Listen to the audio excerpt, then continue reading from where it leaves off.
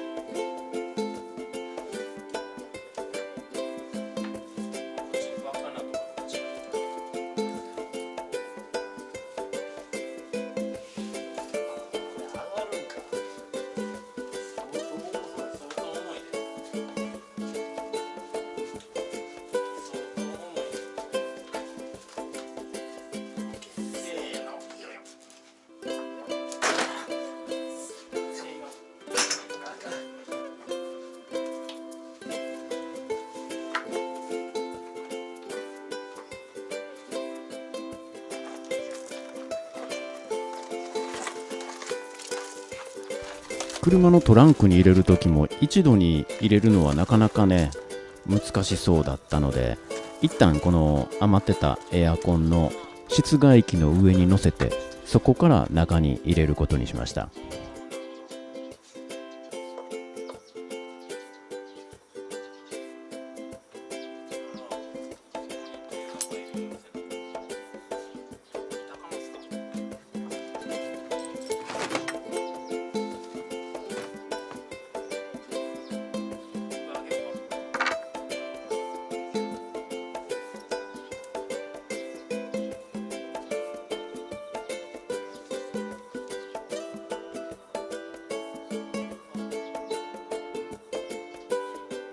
このままでは下に手を入れることができないので、下に板を差し込んで手を入れる隙間を作ってます。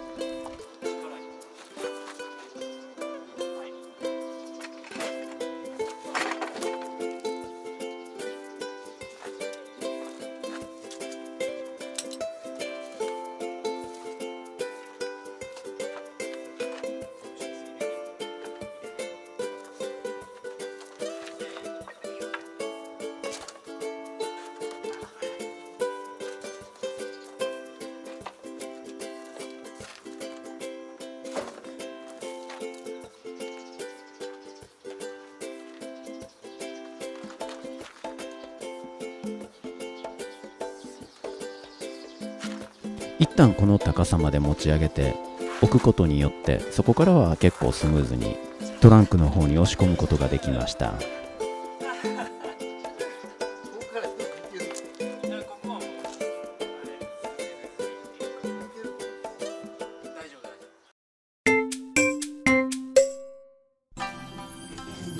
バッテリーを部屋から車の方に運んできました。バッテリーを固定する前にね、一つだけやっておきたいことがあります。これは車の燃料タンクのセンサーの点検口なんですけども、 FF ヒーターを取り付ける予定があるので、ここに燃料の取り出し口を取り付けたいんですね。ちょうどこの上にバッテリーを取り付けてしまうことになるので、燃料の取り出し口を先に取り付けておきたいと思います。このセンサーのキャップのところに取り付けようと思ってるんですが、なかなかね取り付けるスペースがないことも多いようです。前のハイエースの場合は燃料配管の途中にチーズっていう分岐する配管で分けて取り出しました。幸いこのコースターの場合にはね、取り付けるスペースがありそうなので、ちょっとやってみたいと思います。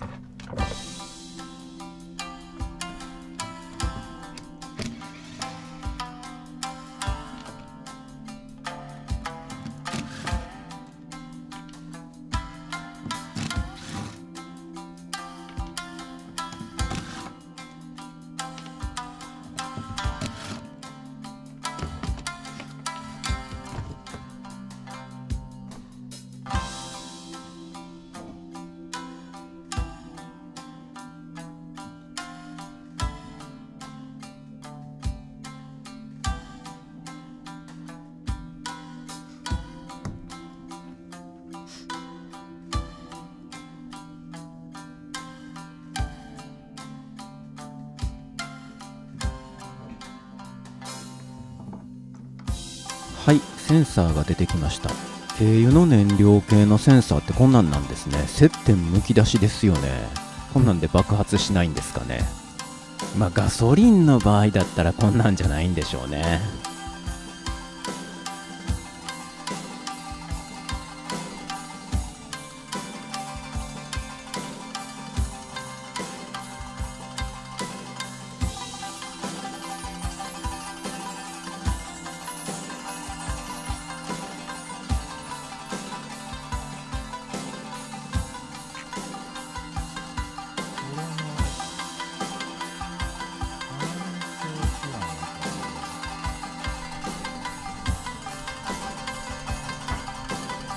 はい、これが燃料の取り出し口ですね。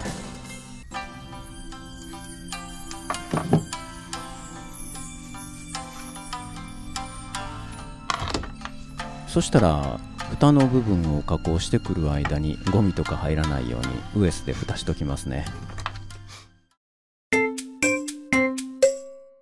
これがね、燃料タンクのフロートセンサーです。 FF ヒーターのね、燃料取り出し口をつけようと思ってます。これをどっかね、ここはコネクターが来るんでこっち側にはつけれないということは、この辺りに穴を開けてつけることになりますね。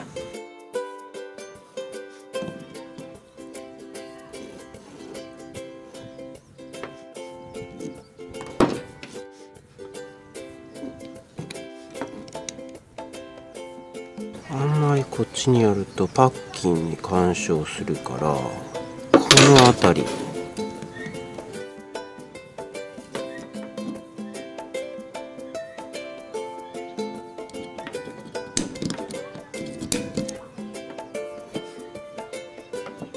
直径が6ミリかな、6ミリ。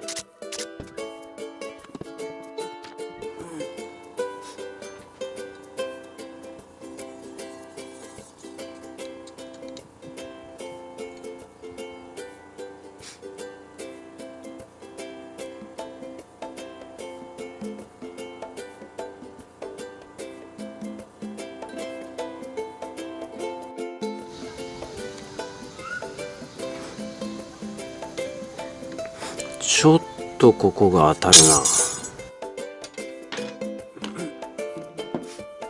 お、入るな。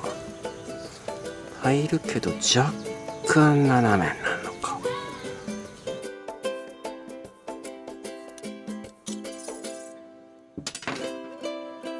もうちょっとこっち側に。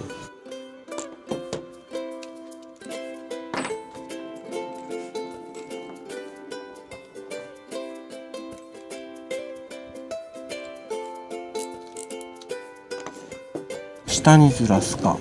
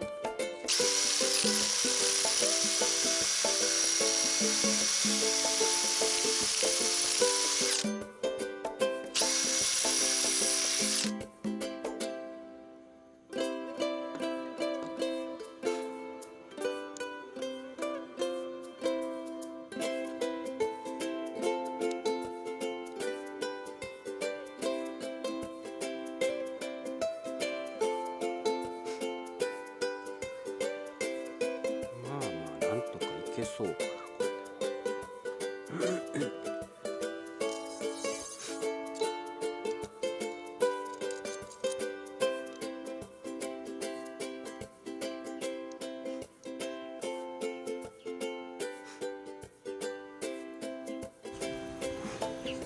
ここが干渉せんようにせなあかんね。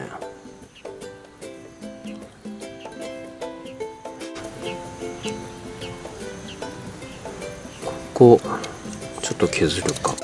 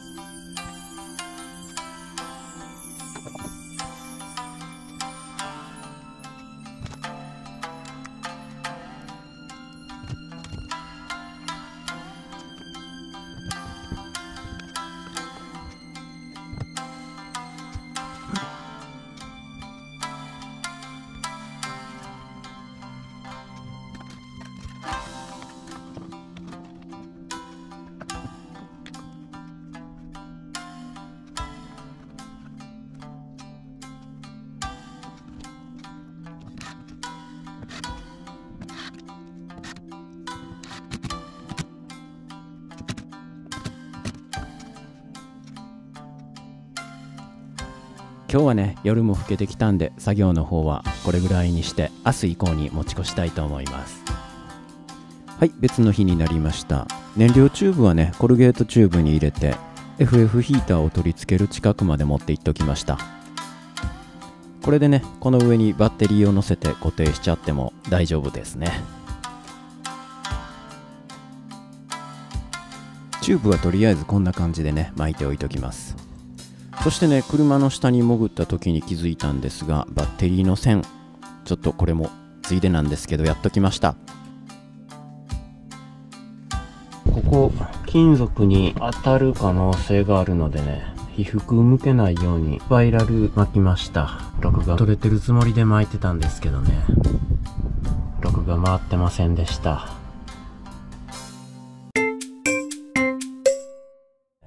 いろいろ配線を今してるんですが、この 24V から 48V への走行充電器、これのね制御端子なんですけど、これ設定入力になってるんですよね。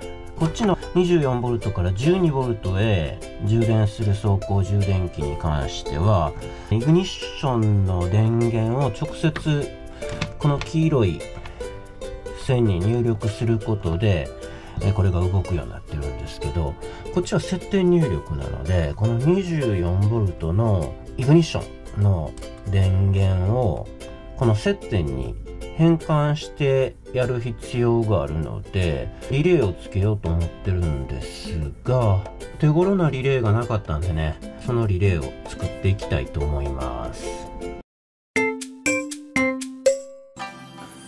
オムロン 24V DC ありましたんで、これに配線をつけるだけでね、24V の入力を接点に変換することができるんで、これでいきたいと思います。ただね、いちいち基板につけてネジで留めたりするのが非常に面倒なので、このチューブの中に入れちゃおうかなと思ってます。そしたら早速作っていきたいと思います。これが出力側のケーブルです。出力側のケーブルはコモンと NO、ノーマルオープン、リレーに電気が来た時だけ接点が閉じる方ですね。そしてダイオードですね。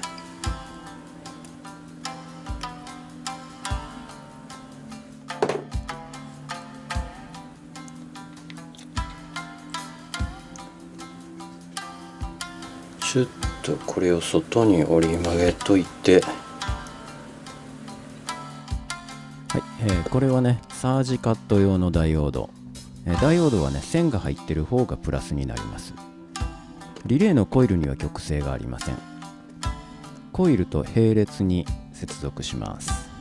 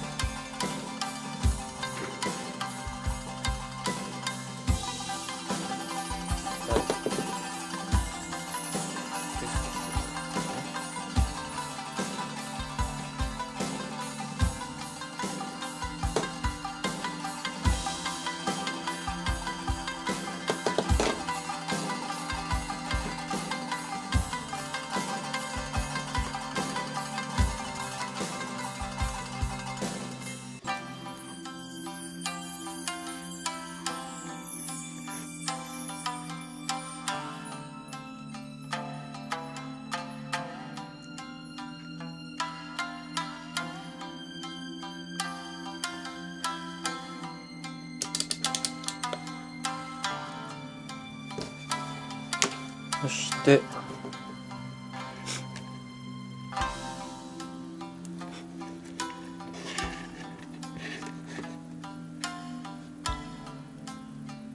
24ボルト。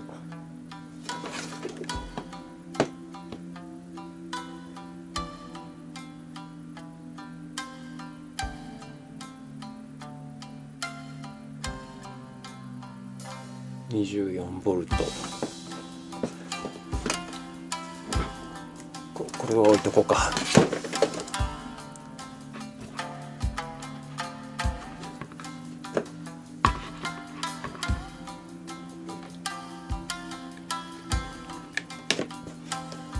い、入力、エンジンかけます。スイッチが入ります。こういうことですね。はい、完成です。じゃあこれをね取り付けたいと思います。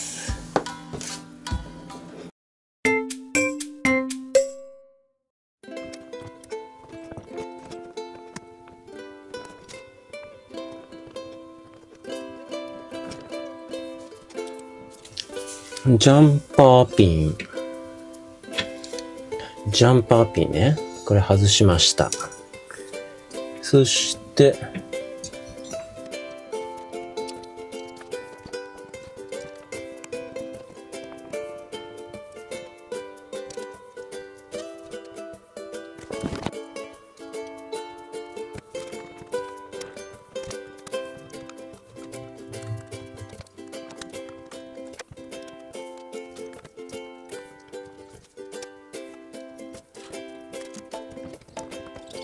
はい、リレーの取り付けが完了しました。はい、そしたら配線をきれいに整えていきます。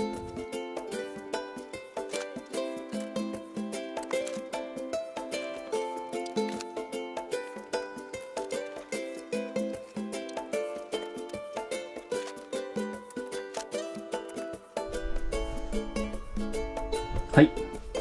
部屋の中に置いてたね、バッテリーを車の方に持ってきて、部屋の中でもね、車の上のソーラーパネルとか、このインバーターとか、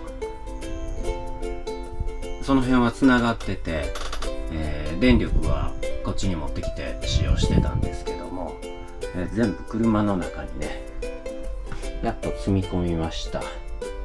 そして配線の方がだいたい終わりました。で、稼働しております。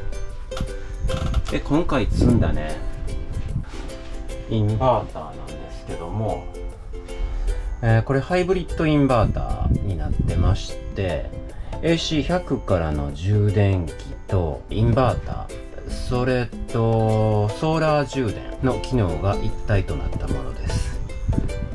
そしてね、これ結構コスパいいんですよ。5000ワットのインバーターついてて、でかなり電圧とか安定してます。その辺のインバーターだけのものよりもね。これ家庭のね、オフグリッドなんかに使われてるものです。で、電源はバッテリー 48V になってます。から、こっちがね、12V 回路、12V サブバッテリーのソーラー充電器になります。MPPT ですね。それから、この辺 12V のヒューズボックス。こっちも 12V のヒューズボックスですね。数が足りなかったんで、こっちに増設しました。ちょっと場所がね、あっちこっちになっちゃったんですけど。そしてここが照明のスイッチ。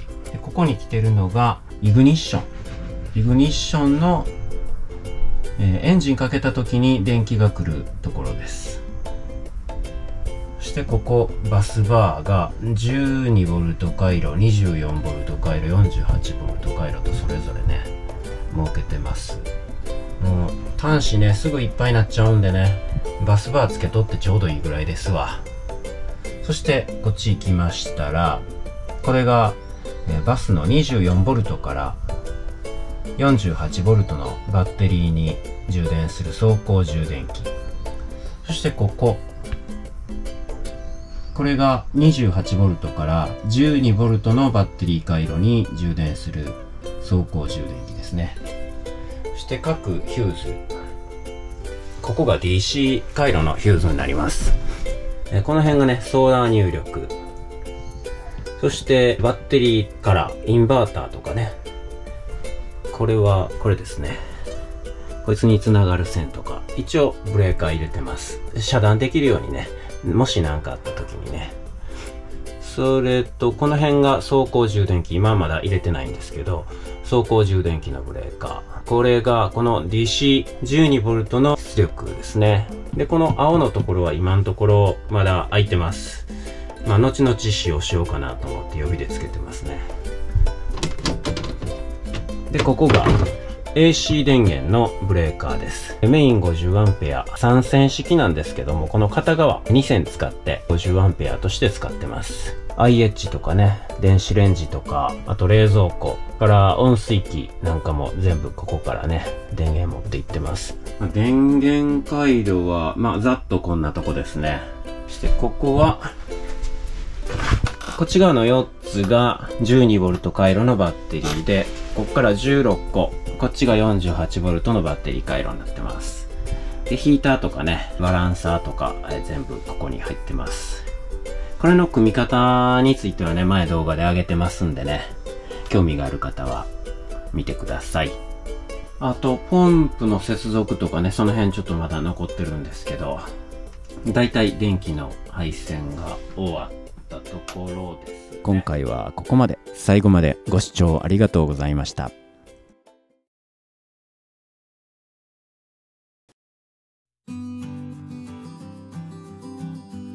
車中泊、キャンプ、登山などの動画はアウトドアアクティビティのサブチャンネルで公開しています。こちらのチャンネルもぜひチャンネル登録してみてくださいね。